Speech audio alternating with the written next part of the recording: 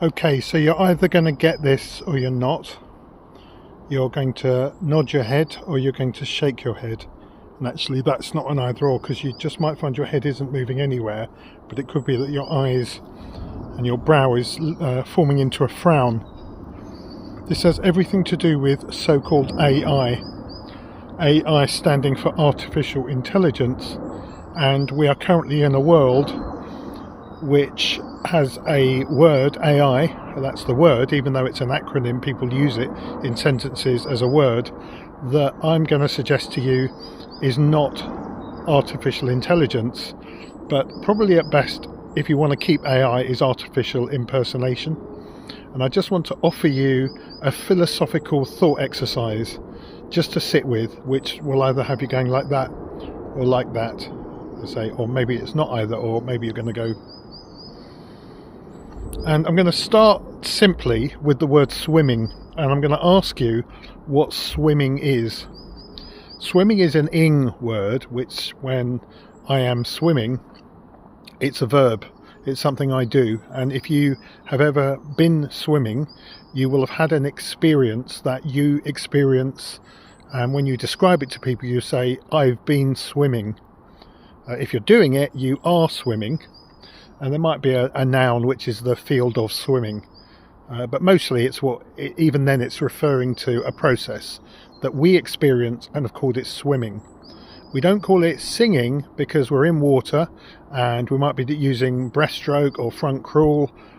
We might be on our backs doing backstroke. There are different types of swimming, but you would be in no doubt that you're not singing because you're swimming, although I guess you could do both at the same time.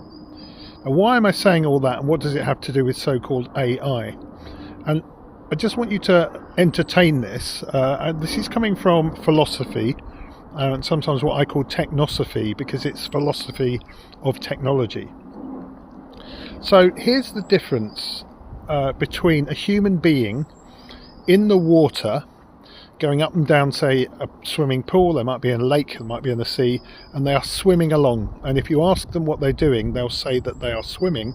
And the reason they're able to do that is that they have two things going on at the same time. That in my other videos I've used two words, exherency and inherency. You probably heard of the word inherent and probably not heard of the word exherent.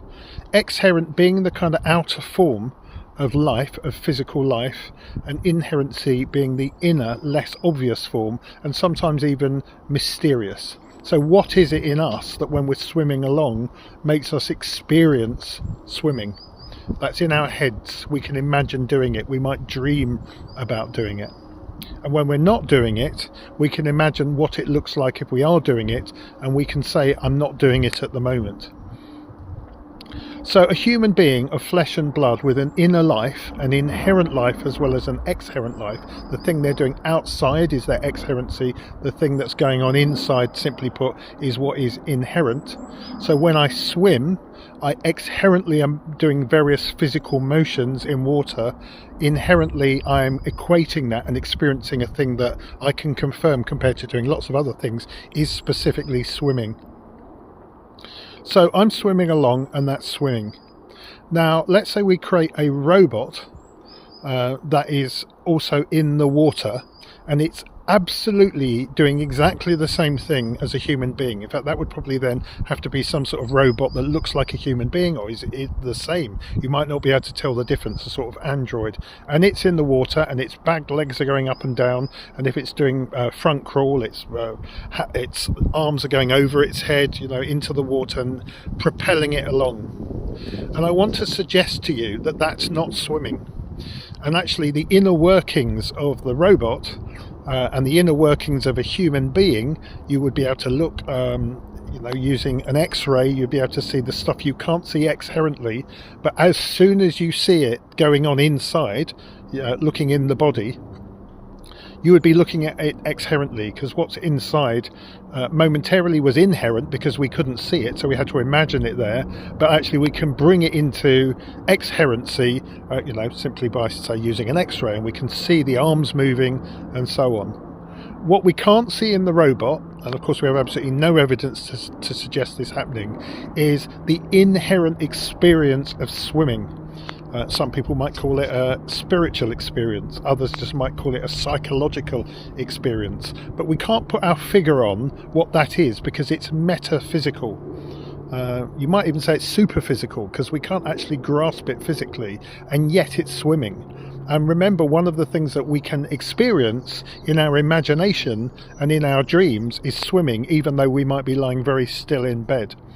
So when I ask you philosophically what is swimming, swimming is not only the external process, the exherent process, but it's bound up, it's integrated with. The whole system is also the mysterious inner experience of swimming, that when we're not doing it, it's not experienced as that, though it could be imagined as that. So for me, the intelligence that human beings use when they're swimming is twofold. And there's probably an overlap between the two. It's the exherent, measurable, scannable with X-ray, confirmable experience that we would call the outer form of swimming, but that's only its outer form. It's only swimming because of the many, I would suggest, inner processes that are going on, many of which are currently mysterious to us, that are inherent to swimming. And so what AI does in the form of the robot, and it's artificial, is it can recreate the process, the physical process that looks just like swimming, but it's not the entire process of swimming at all. If you are somebody who's spiritual, I guess, that comes very easy to you and you might nod your head. If it's somebody who thinks that there's only physical processes, then at least you might say, well, at the moment we haven't been able to nail what that consciousness of swimming is that's inherent to a human being. And quite clearly, when you're doing it, you can call it swimming, and when you're not doing it, it's clearly not swimming, and you can distinguish between the two things. Now, some brain scientists say, well, it's taking place in that part of the brain, so it's still physical, but that is still largely guessed at, and many brain scientists still say that the seat of consciousness has not been found, and there are lots and lots of other opinions about that. So I just want to point out, therefore, that so-called artificial intelligence certainly cannot be equated with human intelligence, and all the signs are it simply impersonates very successfully the outer form, which is only part of what the concept, the real process of swimming is. And so this is not AI, if AI is supposed to have completely replicated all of human intelligence and maybe will even surpass it. What it is, it's a copy of it that can be really convincing. And what's more, it can be enhanced as an outer process because it could swim faster. And as soon as it does, of course, we would have to put in place electronics and mechanics and energy sources that would be stronger than what a human being could do.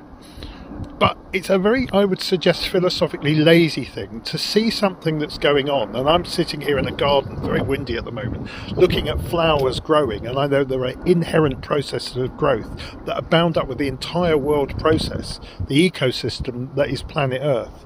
And though I could probably copy an outer form of a flower and even have mechanics inside it where it seems to be growing and budding in a way that I couldn't outwardly distinguish it, inherently it's not growth. We could call it a different form of growth, but it's certainly not the growth that we're talking about when we talk about human being and we talk about nature and we talk about biology and all of those things.